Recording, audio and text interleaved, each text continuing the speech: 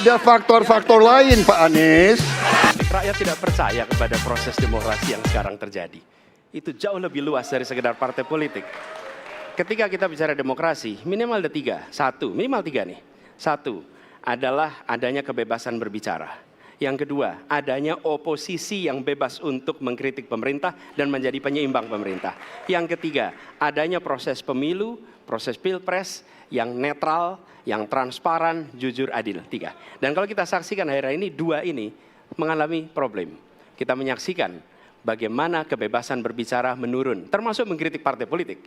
Dan angka demokrasi kita menurun, indeks demokrasi kita.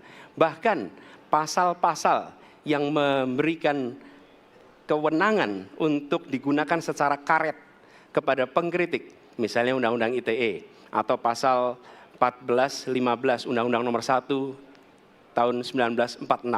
Itu semua membuat kebebasan berbicara menjadi terganggu. Yang kedua, oposisi. Kita saksikan minim sekali adanya oposisi selama ini. Dan sekarang ujiannya adalah besok. Bisakah pemilu diselenggarakan dengan netralitas, dengan adil, dengan jujur? Ini ujian ketiga. Jadi, persoalan demokrasi kita lebih luas dari segala persoalan kepada partai politik. Nah, bagaimana untuk partai politik sendiri? Partai politik baru mengembalikan kepercayaan. Tapi di sini ada peran negara. Menurut saya salah satu masalah yang mendasar partai politik ini memerlukan biaya. Dan biaya politik selama ini tidak pernah diperhatikan di dalam proses politik. Untuk kampanye, untuk operasional partai, semua ada biayanya. Sudah saatnya pembiayaan politik itu dihitung dengan benar. Ada transparansi, sehingga rakyat pun melihat ini institusi yang bisa dipertanggungjawabkan. Jadi salah satu reformnya adalah reform pembiayaan politik oleh partai politik. Terima kasih. Baik. Waktu sudah habis, terima kasih. Kini kami persilakan calon presiden nomor urut 2 untuk menanggapi jawaban calon presiden nomor urut 1. Waktunya 1 menit, dimulai dari sekarang. Mas Anies.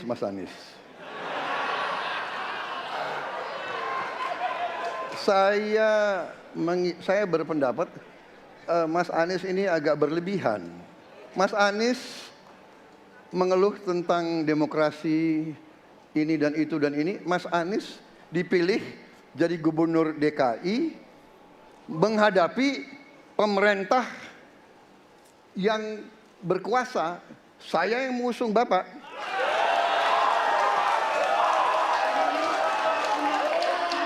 Kalau demokrasi kita tidak berjalan, tidak mungkin Anda jadi gubernur.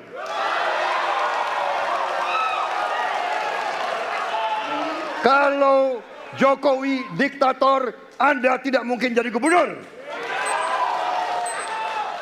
Saya waktu itu oposisi, Mas Anies. Anda ke rumah saya, kita oposisi, Anda terpilih. Waktu habis, Bapak. Harap tenang, Bapak Prabowo. Baik, para pendukung, kami mohon untuk tenang, para pendukung. Para pendukung, Baik. harap tenang. Kita akan lanjutkan dialog kita. Harap tenang, hadirin, harap tenang. Kami sampaikan kembali, hadirin harap tenang. Apabila tidak tenang, maka debat tidak dapat dilanjutkan. Ya, kami mohon kerjasamanya kepada para hadirin yang berada di halaman gedung KPU untuk bisa menaati aturan yang telah kita sepakati bersama. Ya. Baik, selanjutnya kepada calon presiden nomor urut 3, kami silakan untuk menanggapi jawaban calon presiden nomor urut 1, waktunya 1 menit dari sekarang. Saya jadi tidak enak ini Mbak hari ini. Mohon maaf. Saya tidak enak karena dua kawan saya sedang nagih janji dan membuka buku lama.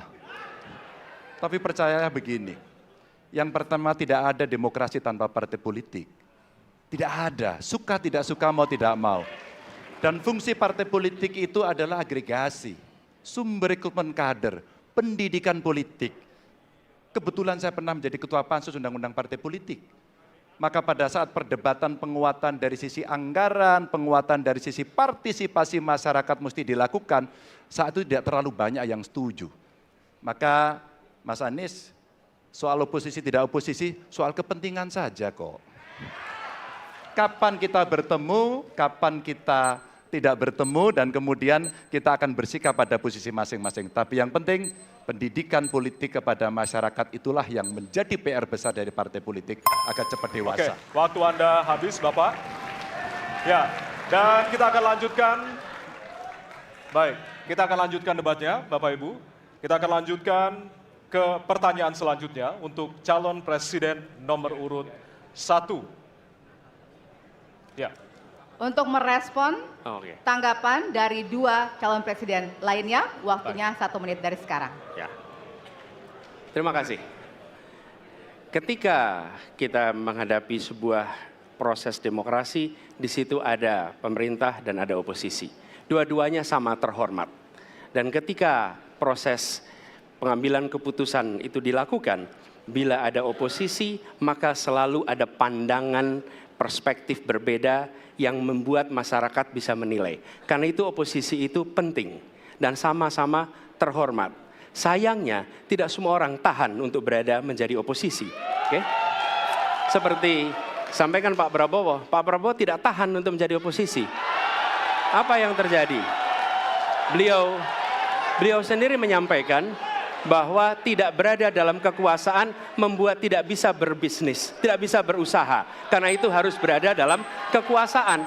Kekuasaan lebih dari soal bisnis, kekuasaan lebih dari soal uang, kekuasaan soal kehormatan untuk menjalankan kedaulatan rakyat. Baik, waktu Anda Baik, habis, Bapak. terima Kami kasih. mohon sekali lagi kepada para hadirin yang berada di Hadirin. halaman KPU. Ditahan dulu. Baik, baik, Pak Prabowo, Bapak mohon maaf. Prabowo, Bapak, mohon maaf. Waktu sudah Nanti habis. Waktu ada sudah kesempatan. habis. Ya. Baik. Hadirin. Nanti ada kesempatan untuk kembali menanggapi. Baik. Dan kita akan beralih ke pertanyaan terakhir untuk segmen ini dan untuk calon presiden nomor urut 2. Baik, kami persilakan kepada panelis, kepada Bapak Agus Riwanto untuk mengambil subtema.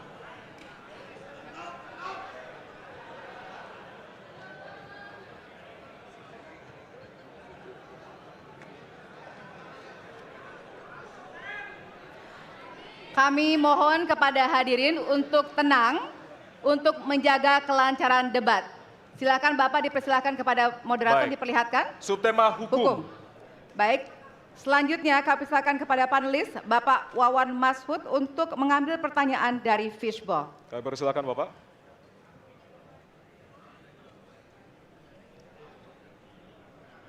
Baik. Amplop A. Amplop A, silakan. Ya, masih tersegel, kita akan buka.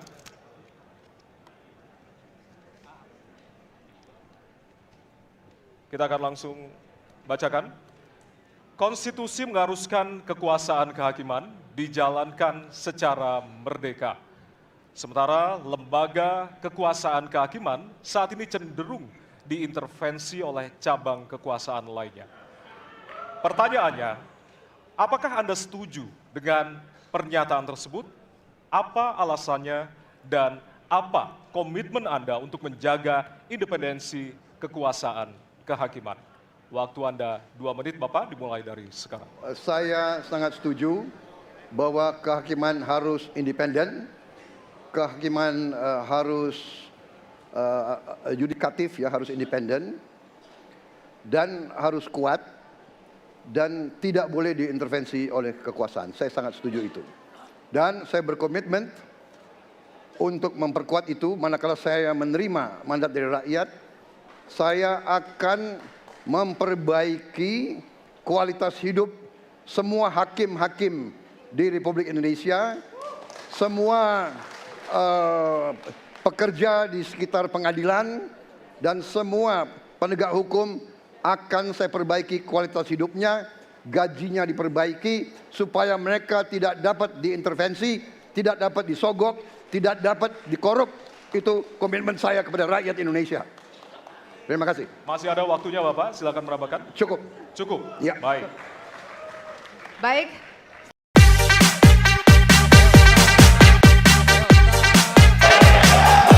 Ada faktor-faktor lain, Pak Anies.